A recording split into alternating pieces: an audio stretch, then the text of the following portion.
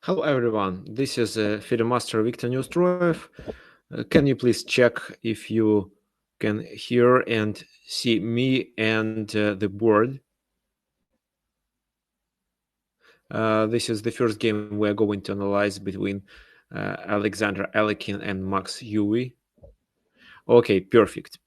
So first, thank you for coming for this webinar. Today, our topic is bishop pair in the middle game.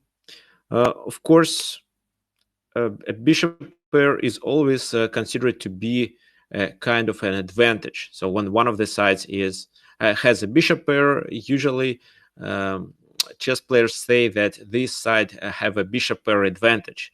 What means that it will be much easier to play with a bishop pair, and at the same time, these two bishops can create real problems to the opponents, to the enemy pieces. For example, they can restrict these pieces' activity. Okay, so before we start, who wants microphone? I can enable microphone. I know that Michael wants. Okay, Michael, I turned your microphone on, and now you can say something. Hello. Yes, I can hear you, and okay, there is Echo. yes. Oh, okay. Sorry. I'll turn it off. Okay. So if anyone else wants to use microphone to suggest the lines to just say anything, it's much better to say rather than to type in the chat. So guys, if you have microphones, just tell me, I will enable so that you can say something.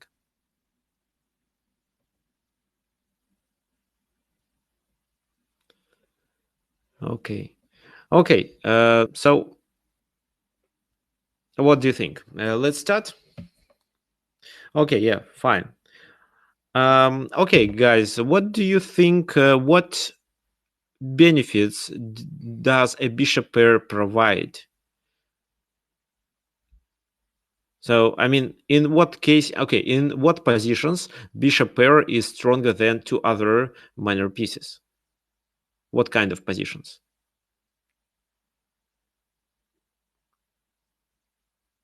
Yeah, of course, in open positions, and we know that the end games in end games are usually open positions, but of course there are some end games where the pawn structure is closed and it's better to have a knight rather than a bishop. But usually in the end game, two bishops are really powerful and can compensate even one extra pawn.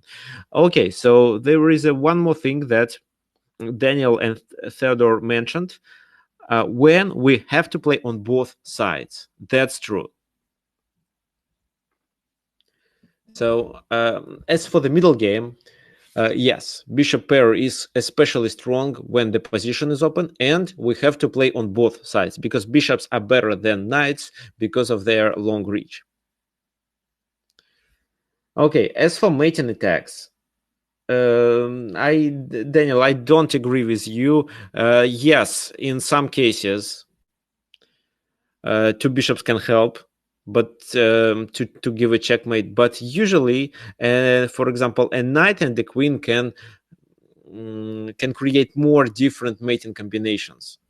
So, for example, of course, maybe you don't know, but it's well known that, for example, in such an end game where one side has bishop and queen, the other side has knight and queen. This side with knight is usually better because knight and queen can create more different combinations comparing to bishop and queen. But of course, I played several games where I successfully played with bishop and queen, and even created real problems for the enemy king, so that my opponents had to sacrifice some material, a few pawns, to stop the attack, and after that I won the game. Oh, there were two games, and actually one of the games I demonstrated to you. That was the game from my tournament that I played in October in Budapest.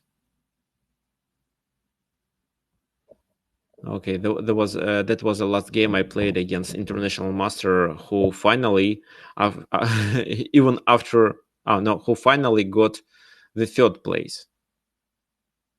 And no, if he could score at least half of a point, then he could be maybe the second. Okay, anyway, so let's start. Please look at this position. Here we are going to discuss how to play with a bishop pair. White has a bishop pair and it's white to move. What do you think white can do? What white should do in this position to be able to activate both bishops and get a real advantage?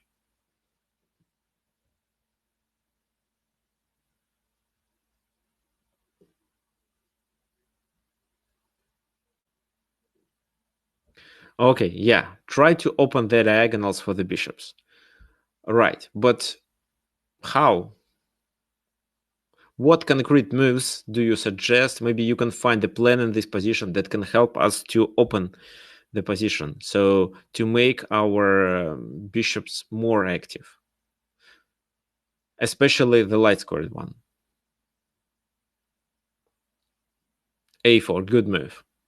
Actually, A4 is the best move in this position. However, when Alexander Alekhine played this position, he first played H6.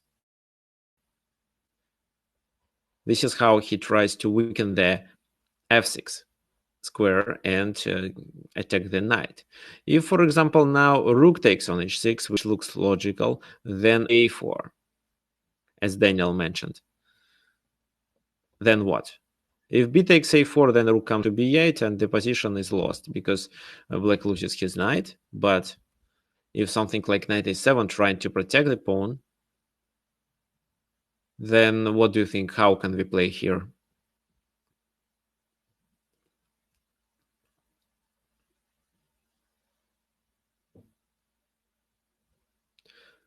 Okay, I believe here queen b6 will be enough. Then we take the a6 pawn, then the other pawn dies.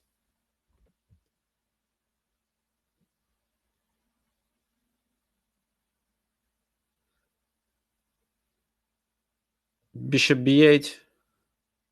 Bishop b8, knight c6, and our bishop is the object of the attack. So no, it doesn't work. So just queen b6 is enough. Maybe just a takes b5, a takes b5.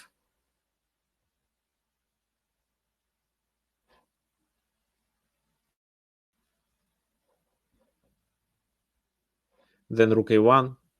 If, for example, here he takes with his knight, then just rook c1 with the idea to play c4. So, for example, like this, we could open position and create real problems for our opponent.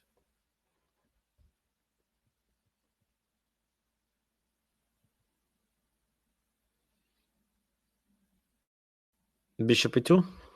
Let's check. A takes b5, knight takes b5, bishop e2. If so, I think knight e4. Knight e4 is the problem. Then he takes on c3. This is the problem. Okay, fine. So, of course, here, instead of taking with his rook, he took with the pawn, and then bishop e5, activating our square bishop, king g7. And then we start attacking from the other side, a4.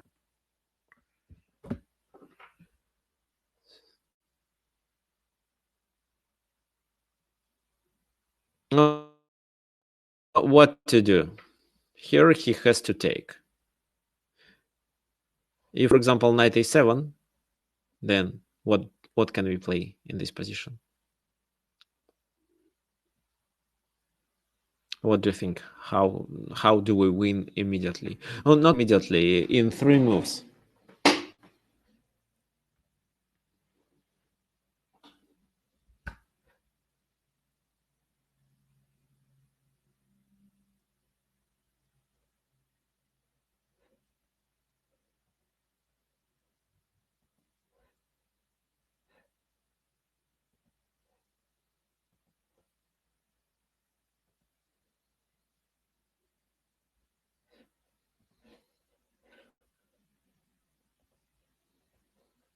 Queen b6? Queen b6 now is not so strong, but maybe. Yeah, so Daniel is correct. It's king h1 with the idea to play then a rook g1. No, not h1, but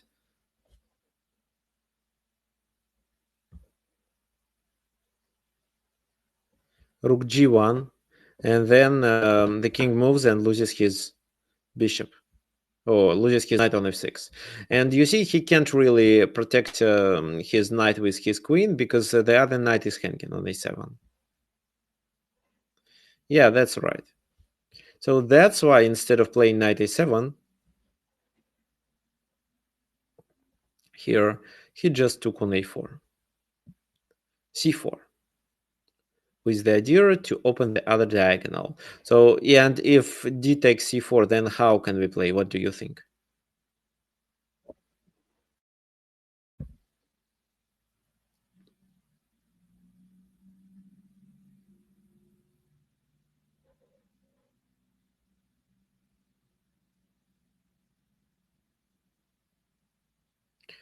Here we win immediately.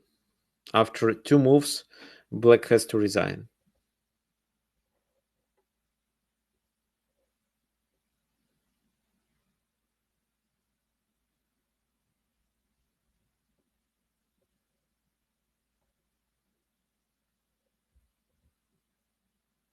Yeah, that's right. Bishop f6, king takes f6, and queen e5, he loses his rook. Okay, fine. So that's why knight e7. C takes d5, knight e takes d5. Then what can we do? Can we take on d5 or... No, I can show you. So, of course, in the game it was played king h1 with the idea to play rook g1. But what if we take? If we take, then here he may take with the e pawn, or he may also play rook c8. If, for example, he plays queen d5, he loses immediately. Queen takes queen, e takes d5, and after rook b6, he loses his knight, and then the game. So e takes d5,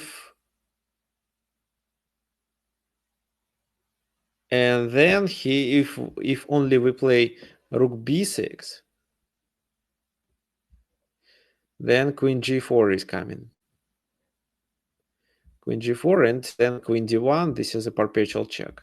Queen d1, queen g4, and so on. So that's why here we don't win. Maybe we can play queen b6 and get some advantage here, but at the same time there is a risk of a perpetual check in this position. So that's why to take on d5 is not so good. Moreover, here first he may play rook c8 first, and then after we move the queen, then he takes and he is fine. Now, of course, this move doesn't work because of rook c1, king g2, and checkmate on g4. It's actually not a checkmate than bishop g3, but the position is much better for white. At least he can play this move, king h3.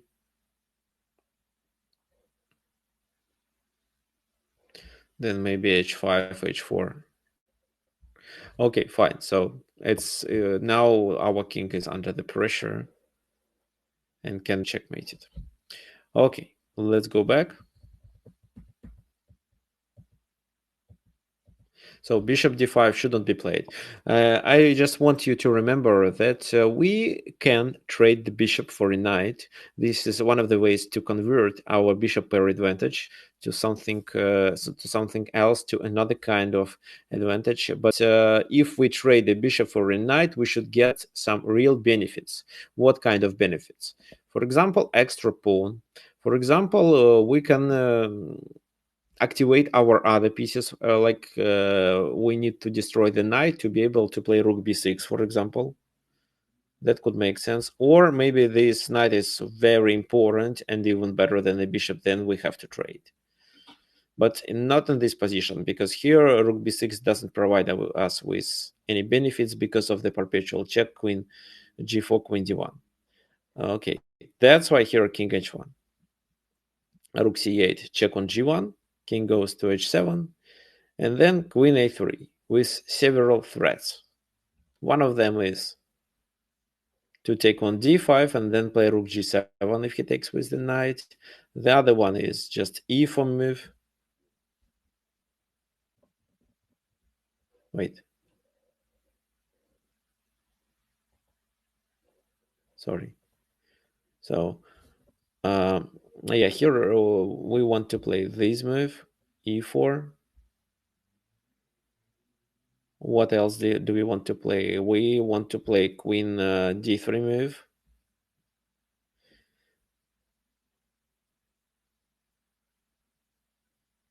Okay, so he plays rook g8. Then e4, one knight moves, the other one is lost. Okay, maybe there is a move that can help us, can help black to save his knights. What do you think? Here it's obvious that if this knight moves, then rook g7 with a, no, let's say knight e8 maybe. If knight e8, then queen comes to f8 with queen g8 or queen h8 mating threats.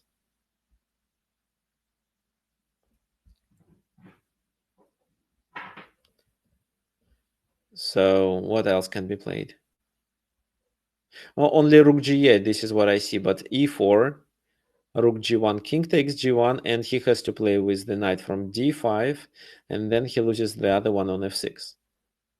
Queen b5 was played in the game, but after e takes d5, queen b1 check, king g2, then they just repeated the position, and finally white blocked this check with his dark square bishop. Knight d5, and in this position, so this knight is quite important. It's moving to f4 on the next move. That's why this is where we may take on d5, because no, by taking on d5 we just simplify the position and make it absolutely winning. Bishop d5, it takes d5, then queen a4, h5, h4, and black resigned because of no plan, no counterplay, while white has just extra bishop.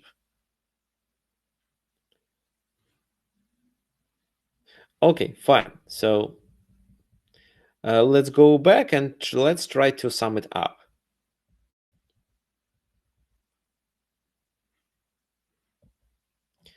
So h6 is played with the idea to weaken the knight on f6. However, instead a4 should be played immediately.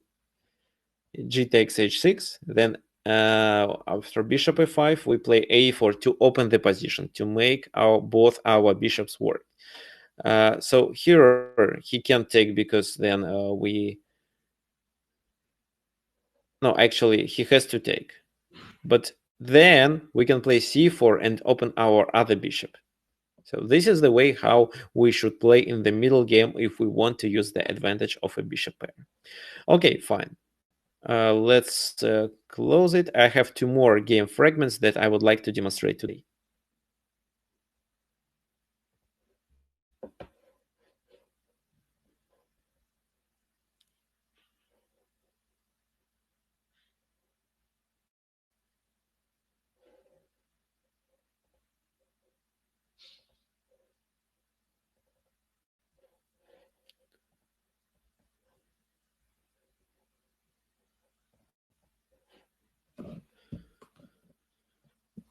This is the second game I want to demonstrate, and this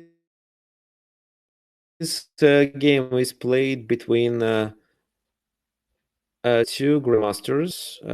It was Vsevolod Rouser playing with white pieces and Nikolai Rumin playing with black. So probably it was a USSR championship. I don't remember what year exactly they played. So here you see both sides has bishops. All minor pieces are on the board. So what do you think what white should do to be able to get a bishop pair?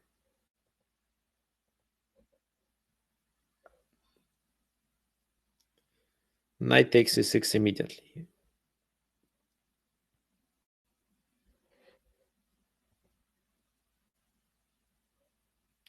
Yeah, looks like it seems to be the most simple solution. Okay, knight e6.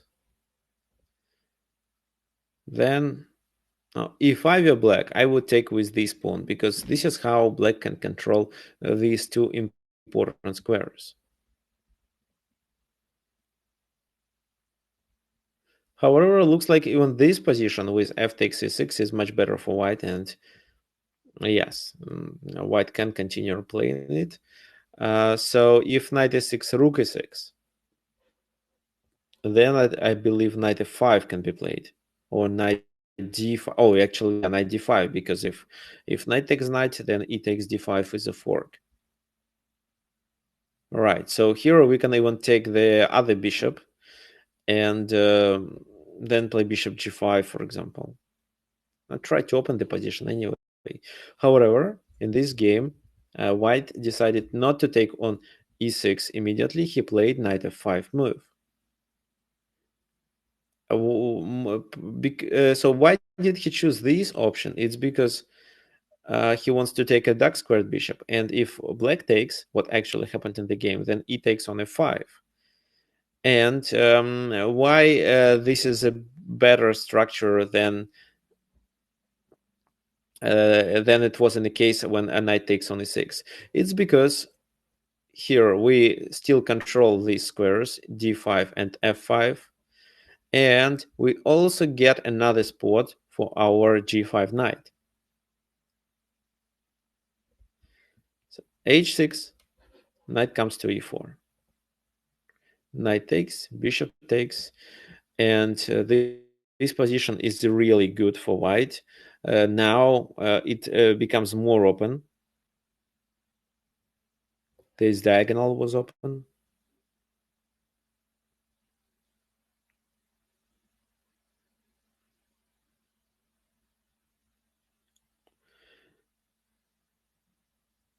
Okay, so bishop f6 and bishop e3. So these two bishops allocate ideally. 97 was played. And now I want you to find a plan for white. If you were white, how would you play? Which side would you play?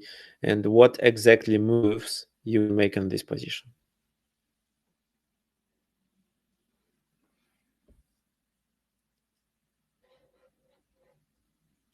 So I want you to come up with a plan. So that suggests a series of moves that can improve white's position, or maybe make black position worse.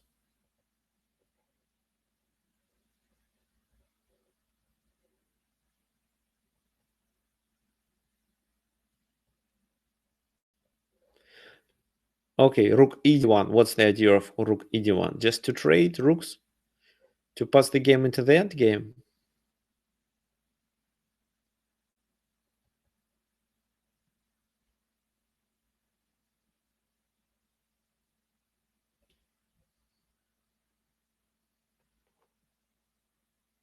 I see. That makes sense, but our task is to open the position for our bishops. Okay, b4 with the idea of pressure on c5, and okay, that makes sense. b4 with the idea if c pawn moves, we can play rook to a7. Okay, this is what almost happened in the game. So b4. Then if he takes, then we take, and it doesn't really change anything but gives us more space, gives us the c file. In the game it was c4 and almost rook a7. Rook a7 was played a little bit later. g3 was played first just to create. This move contains two ideas. One of them is to create an escape square for the king, and the other one you will find it. You will understand it a little bit later. So rook d7, and then he plays rook a7. Queen d8, rook takes, we just trade the rooks, and then we play h4. So this is the reason why we played g3. King h8. Okay, So now please look at this position. Look at these two bishops and tell me which side white should play. On the king side, on the queen side, and how? What moves to play to be able to use the advantage of having a bishop pair.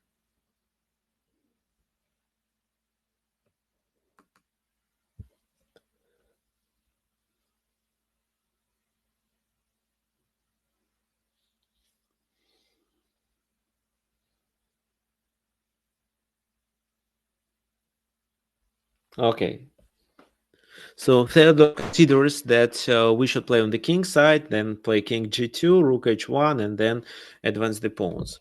So let me show king g2, then rook h1, and then g3, g4, and probably then g5. Yeah, so g4, g5, right. Okay, what else? Any other suggestions? Why not on the queen side? There is a weakness on b5, for example.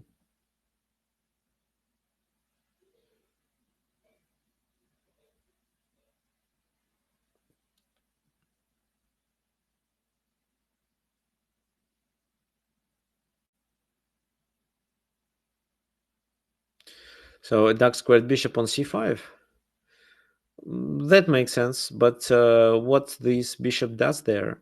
Of course, the position, generally the position of this bishop on c5 is better in case if we are going to play on the queen side. Okay, so another suggestions, rook a1, rook a5, and then bishop c6. But we can't play bishop c6 while the knight is on e7. Or you suggest to take on e7 and then play bishop c6. Yeah, looks like a strong plan. But of course, there is a risk. No, you see, if you trade this bishop for a knight, then you have to play this endgame with bishops of opposite color. However, I think it's still a winning position because if we take the pawn on b5, sorry.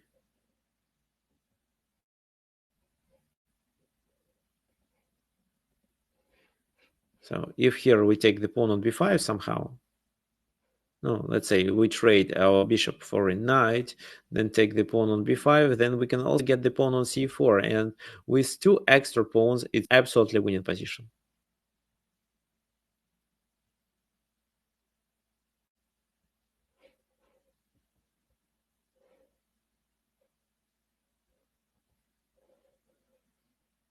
So what happened in the game?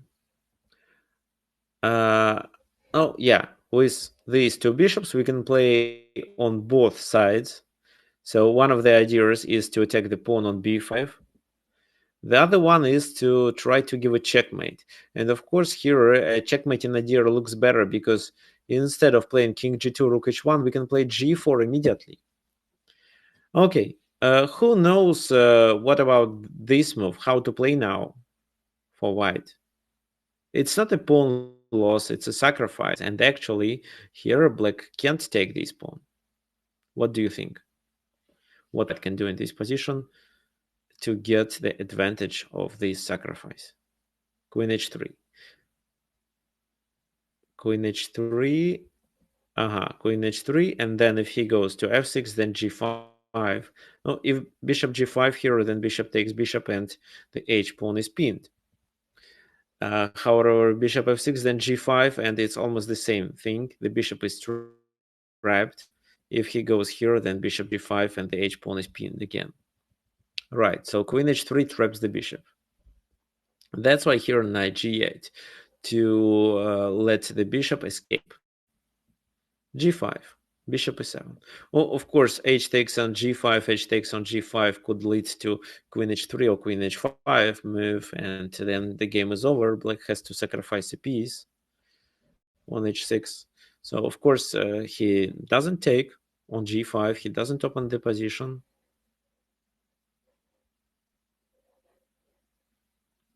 So, bishop e7.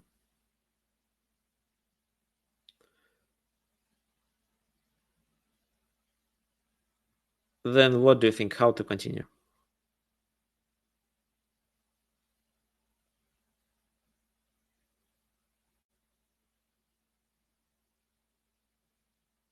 Yeah, g4 was a really nice move. Yeah, you see, it's much better to play this move immediately rather than spend the tempo to prepare this move. So always, when you are looking for some moves that you want to play, but you think that one of your pawns or something else is hanging, always calculate the option when you play this move immediately and he takes the pawn. Maybe there will be a compensation. Maybe it can be a trap and you can get some of his pieces after that. And if then you see that no, it's still a blunder if you make this move, then okay, play slowly and first prepare this move. Okay, queen h5 now. What's the idea? To threaten h6? Okay, so queen h5, I think maybe bishop f8 can be played. So it looks like queen h5 is not so strong. What else can you suggest in this position?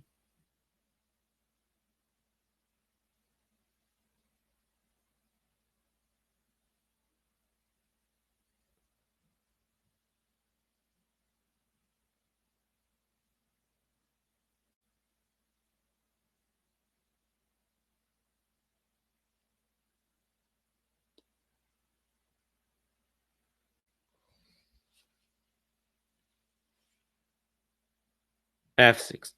All right. So f6 is the best plan. It helps to ruin the pawn structure. However, first rook d1. Rook d1, queen goes, doesn't really matter where, and then f6. So how to play in this position? If g takes on f6, how would you play?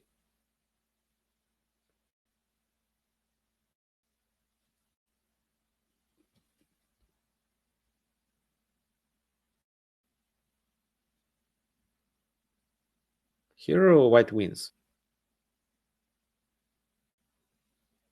Queen f5, exactly. There is no defense. And if, for example, here he played this move,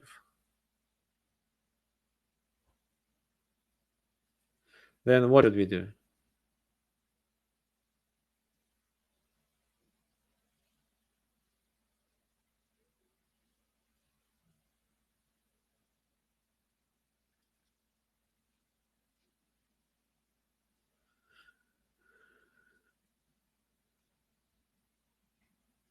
Queen c8, now f6, of course f6 works, but f5 doesn't work. Still f6, and if g takes f6.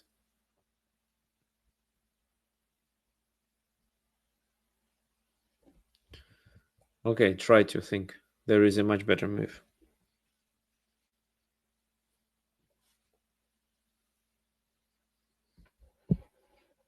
Instead of playing f6, there is a better move. And this move can be played only in case of queen c8.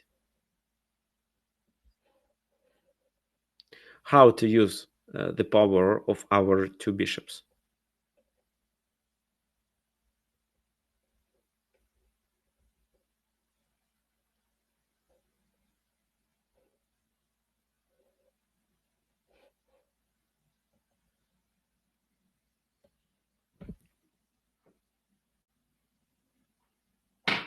Okay, I think Michael can find the solution. How to gain the material here? Bishop a7. Yeah, that's right.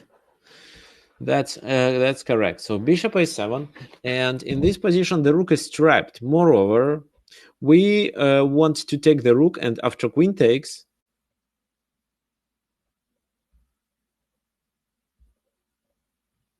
so here queen takes, then we play f6, and then queen f5 after that. So looks like he is losing not. I mean, he can't really capture our bishop after we take his rook. He has to keep his queen on c8 to stop queen coming to f5. And you see, our other bishop on standing on e4 controls b7 and a8 squares. So the rook has no squares to escape. But in case of queen c7, in case of the move that was played in the game, then bishop e7 isn't strong because he can just go anywhere on the d file, even to d8, for example, after bishop a7. But now f6 works. So f6, yeah, let's make the move. What do you think? What he should play in this position? Now, as for bishop f8, of course, it doesn't work because here are still queen f5.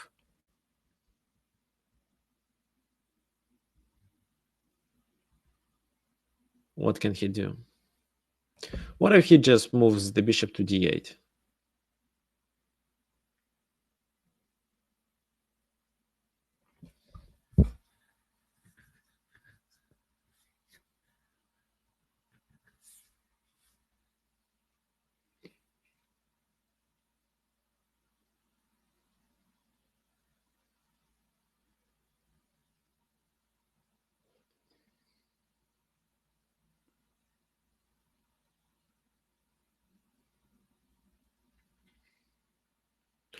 Yeah, here f g7 first, king takes g7, and in this position, well, queen f5 is still strong, but g takes h6 is another strong move, and if knight h6, then after queen g3, for example, he has to leave the knight unprotected so that we capture with our bishop. But if he doesn't take the pawn, if he plays here, then after h7 we promote it. If he plays to the corner, then queen f5 and checkmate on h7. But here the problem is that he may play knight f6. But however, it's not a problem because we have this move. And if knight takes e4, rook d8, rook takes d8, and just bishop f6. Why? Because if knight f6, then queen f6 and checkmate on g7. If he goes here, immediately then h7 and h8 equals queen checkmate.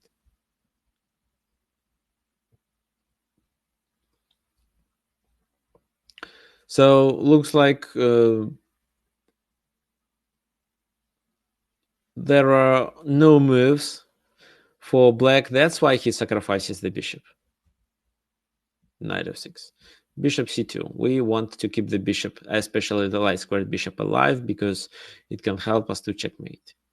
So rook d8. Bishop h6, threatening to take on f6. e4, but bishop f4. He takes our queen, we take his.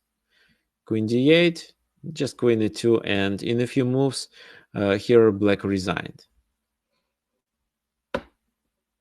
Okay, let's go back and try to sum it up. So here we decided to take one of his bishops by playing knight f5 because this is how we can get a good spot for our knight and also control these two squares. Then we traded knights and located two our bishops on the ideal positions. b4 helps us to get some activity on the queen side by playing rook a7. However, with such a bishop's location, we can play on both sides. And you see, after c4,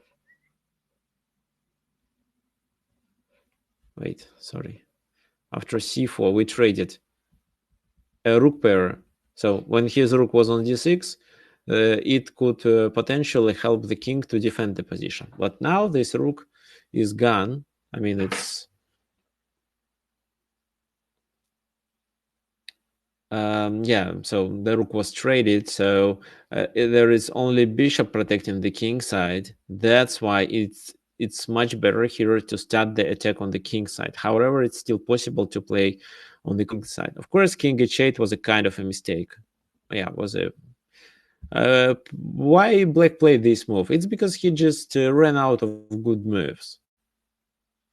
and decided just to play a waiting move, but of course that was a mistake. Yeah, this is the game.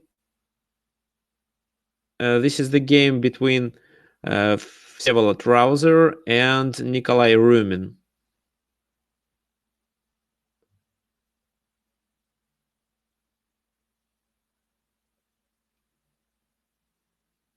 Okay, so actually, it doesn't matter who was playing this game. We analyze this fragment because this game was played by true strong players. They both were grandmasters, and this game shows us a really good way and good plan to exploit our bishop pair. Even if it's just a candidate master playing with white pieces, and if he played this game properly, then this game deserves analysis. Okay, so king h8, that was a critical mistake, and this move was played because he ran out of good moves. And then we played g4, g5. So this king h8 move helped us to speed up our kingside attack. So and then g5, and his position was ruined. Finally, he had to sacrifice his bishops, his dark squared bishop for 2 pawns. But then it's absolutely winning position for white with no chances for black. Moreover, we can continue attacking on the king side. Okay, fine. So just remember the basics. Uh, open the position for our bishops to get more space, and then locate them and choose the plan. For example, if they are in the center attacking, looking to both sides, we can play on either on the king side or on the queen side. Okay, fine. So the next.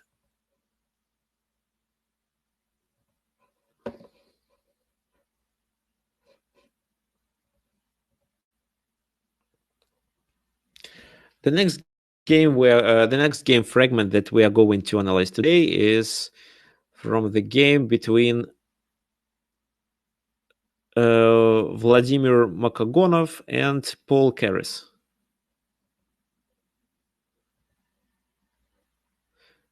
So Paul Keres is a Soviet player who is originally from Estonia. And if you remember, I told you that you can find his photo or his picture on Estonian banknotes.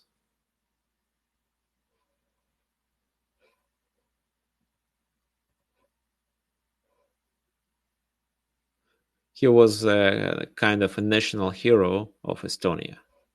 Of course, Estonia is a small country, and there are not so many great who were born there. That's why such strong chess player as Paul Keres is a national hero. It's like Magnus Carlsen for Norway. Okay. Oh, really? So there is a picture of Paul Keres on the stamps. That's good. Looks like I have to travel to Estonia and then send postcards with this stamp to my friends. Okay, fine. So this is the game between Vladimir Makagonov and Paul Keres. And in this game, Vladimir Makagonov played better. This game was played in 1939, and it was a match between two cities, St. Petersburg and Moscow. So look at this position and try to suggest a plan for white. What white can do to be able to use his bishop pair. What can I say while you're thinking? So this bishop is quite good. It is standing on the almost open diagonal. This bishop is restricted by the f3 pawn, so it's not so good. At the same time, the bishop on b2 can be the object of the attack on the b file. Just be very accurate with it. So what do you think? What white can do?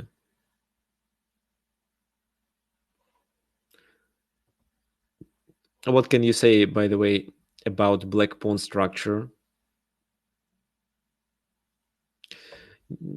Yes, Michael, I agree with you. F4 isn't good move. So F4 isn't a good move because first it trades the bishops, and we lose our advantage of a bishop pair, and also it gives more spots for his knight. So E4 and G4.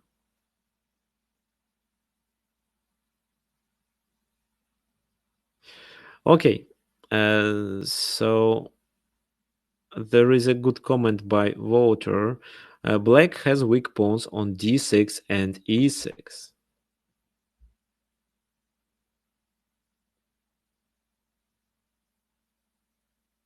Yes, and our plan should be focused on attacking these two pawns. As for bishop h3, maybe, but right now it doesn't make any sense. So, yeah, definitely we need to relocate the bishop, but looks like h3 or f1 are not better right now. Rook ad1, not now, I think. So queen e3 first. However, rook ad1 is a good move.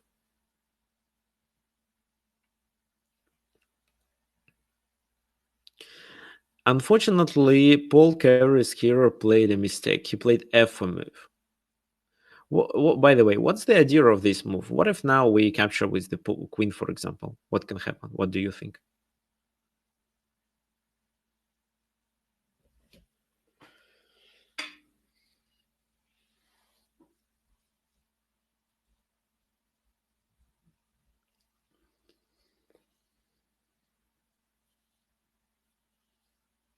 If you were black, how would you play here?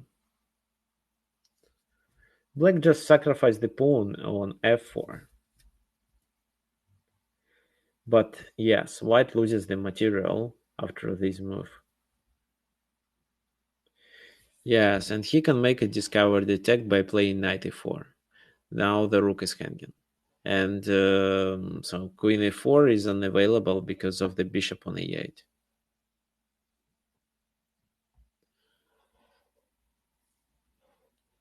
Okay, let's go back. So f4 was played. And what if g takes f4? Okay, f4. What if g takes f4? How black can play?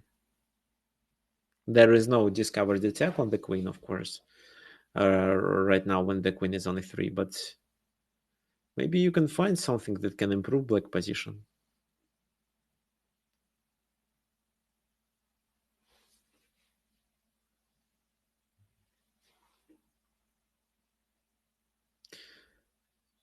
Yes, knight h5.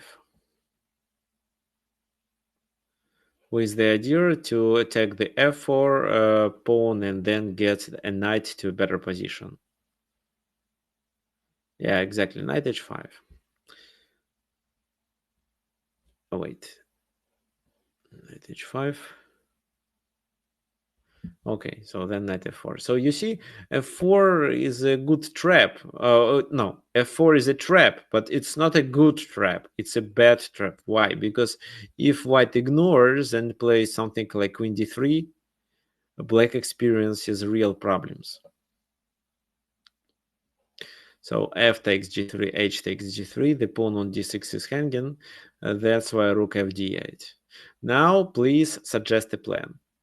We slightly changed the position. What do you think? What now works for white?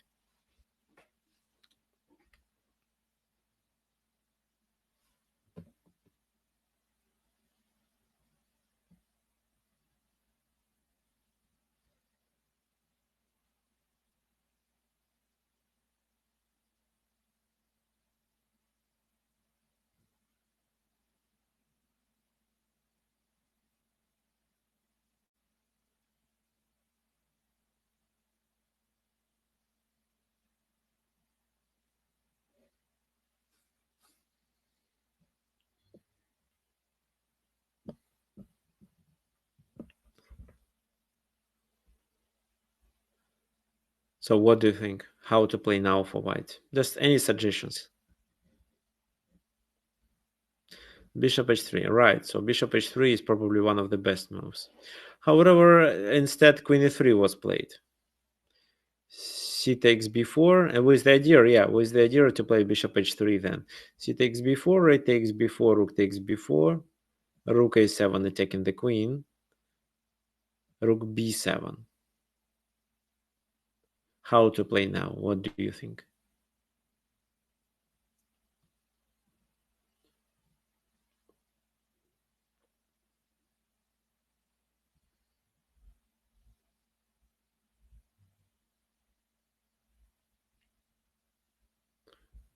What should we do? Just remember, we discussed the weaknesses in his camp. What are these weaknesses? And how to exploit them, by the way?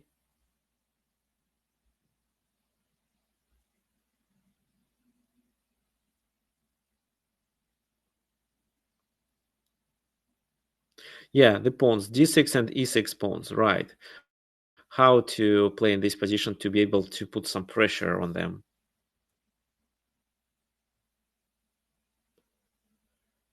Bishop a3 and bishop h3. Okay, but first rook a6, not c5. So c5 can be played, but if we get some benefits, because if we just trade the pawn, then we don't get anything. So rook c7 here, bishop h3 attacking this pawn, and if, for example, he now takes, then it doesn't make sense to play bishop e6, because if we play bishop e6, he just moves the kings, and then we realize that the rook is not hanging, because our bishop is pinned. So here, bishop is pinned, and we can take the rook. But if in this position we play queen e6, okay, so if we take queen e6, then it works. What can he do? Well, if he takes, then bishop takes, and we gain a rook. If he moves the king, then we still can capture the rook. If he plays queen f7, then what can we do? What do you think?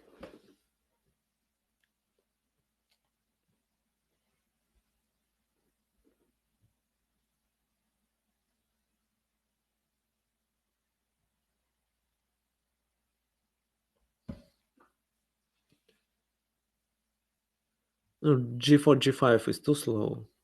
Yes, here rook a7, right. And he's forced to take on e6, and then he loses the rook. Or the other thing he can do is to play something like that. But in such a case, he loses this knight. Oh, sorry, of course, we don't take with the queen, we take with our rook. Wait. Actually, it still makes sense to take with the queen. Yeah, both are fine.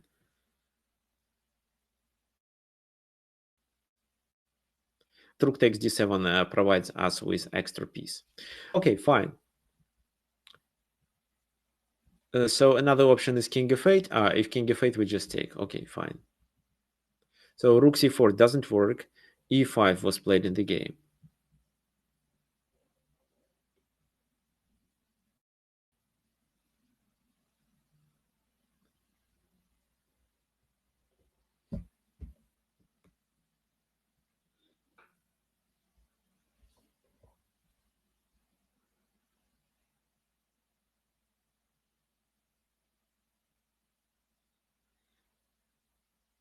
So bishop a3, attacking on d6. Then, of course, he plays knight e8. And how to play now? What do you think?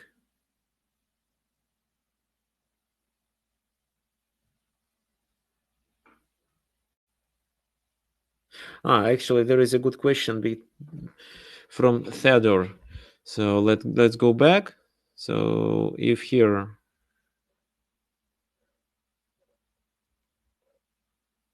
rook a6,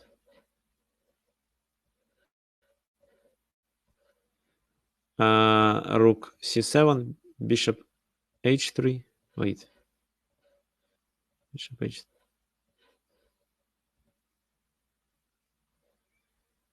And if he takes on c4, we take on. And if king f8,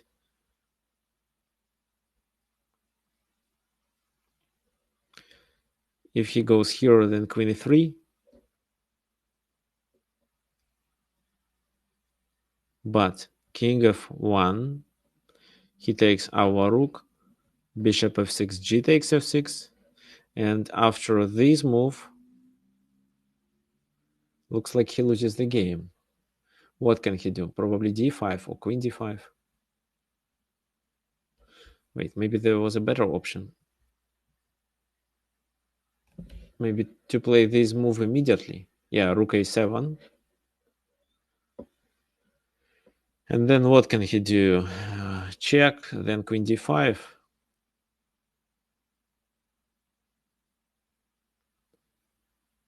No, if so, just queen f4, and then we take on f6. Oh, and then play queen h6 with a checkmate. So it doesn't work. However, here maybe after king f8 move,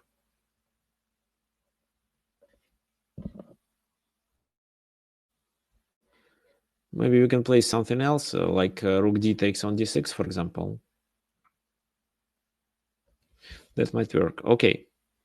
So what happened in the game?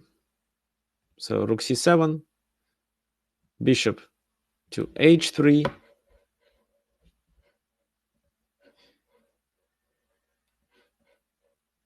And then he plays e5. We play bishop a3, attacking on d6.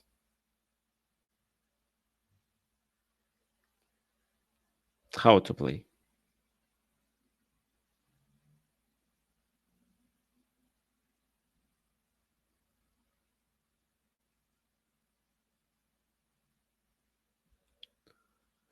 He played knight e8, right. And then I want you to find a good move for white. What do you think white can do here? How to get the advantage in this position? There is a kind of a tactical strike in this position.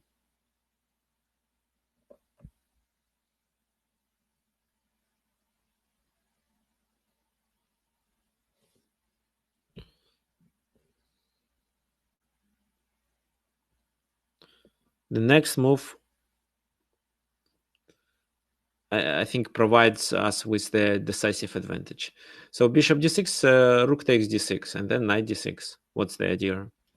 Oh, wait, sorry. Bishop d6, and knight takes d6 immediately.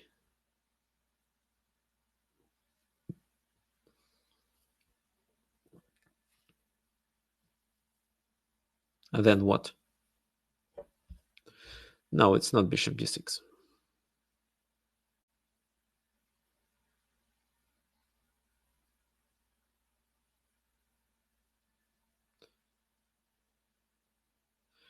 Queen b6. No, queen b6 doesn't really do much. So, for example, queen b6, what can he do in this position? I don't know, maybe just queen g5, attacking the rook.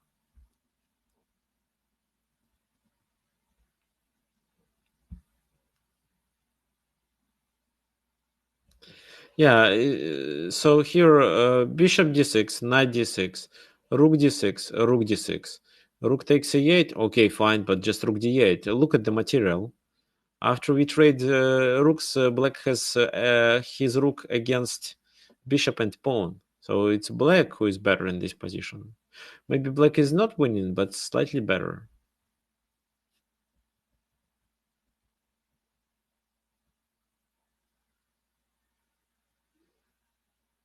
Okay, so winning move is c5.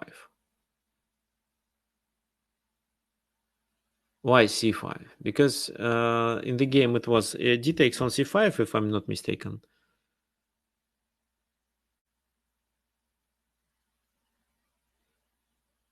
No, it was rook c6 played in the game, but if here d takes c5 or d5, then rook e6, and he can't.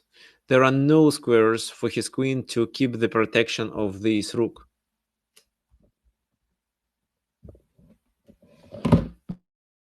sorry. So you see all the squares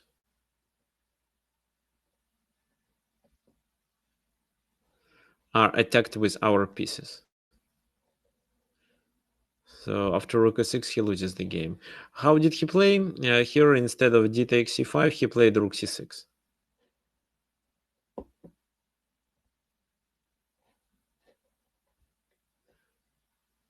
But of course it doesn't work, and it's just a temporary defense. Wait, what if d5 here?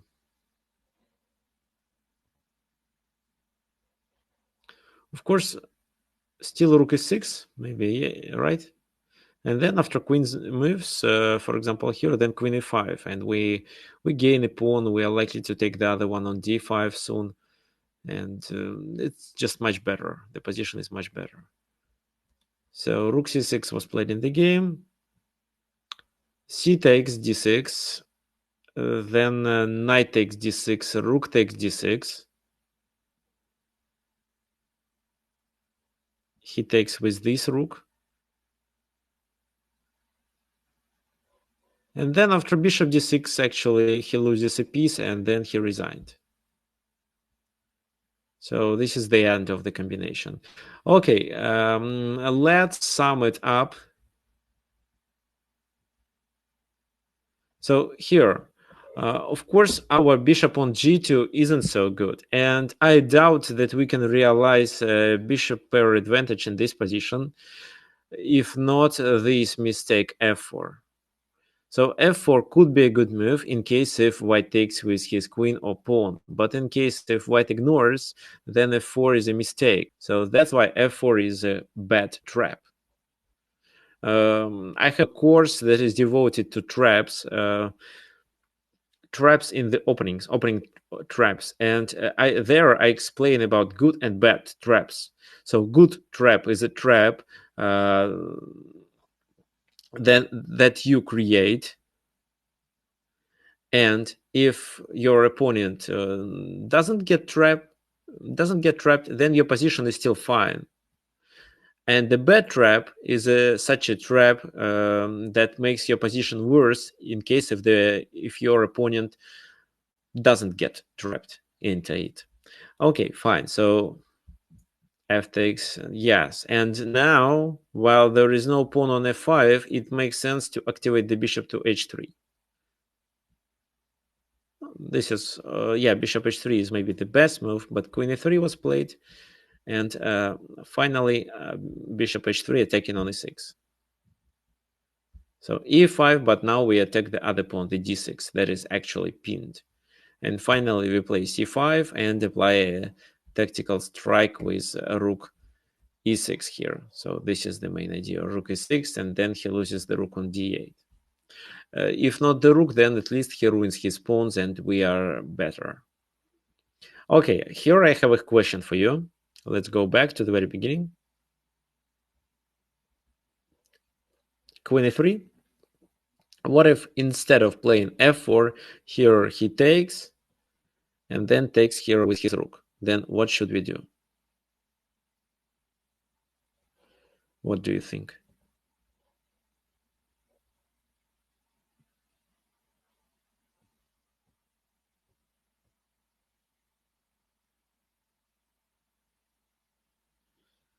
Does it mean that white loses a pawn or white cannot get back? Bishop a3, rook b6. I can draw the arrows here.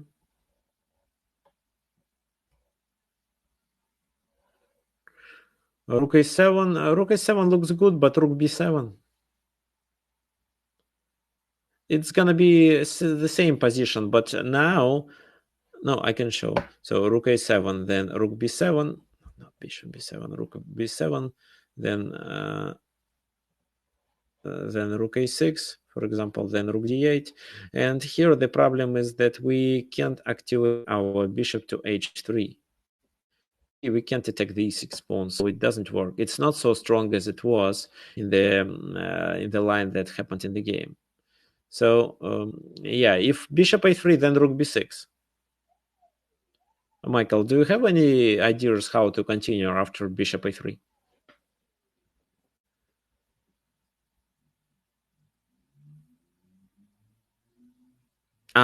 Right. Bishop a3, rook b6, and c5. Yes, that's correct. Why? Because if he takes, then bishop takes c5, and we gain the exchange. If he doesn't take, but move the rook, then we take on d6. He takes d6, queen d7, and then this is a passed pawn. So it provides us with a decisive advantage, and I believe here maybe bishop c5 can be played. Yeah, for example, like, yeah, this is a winning position. Maybe f4 at some point to activate the bishop because the rook is on c6. So the position will be winning.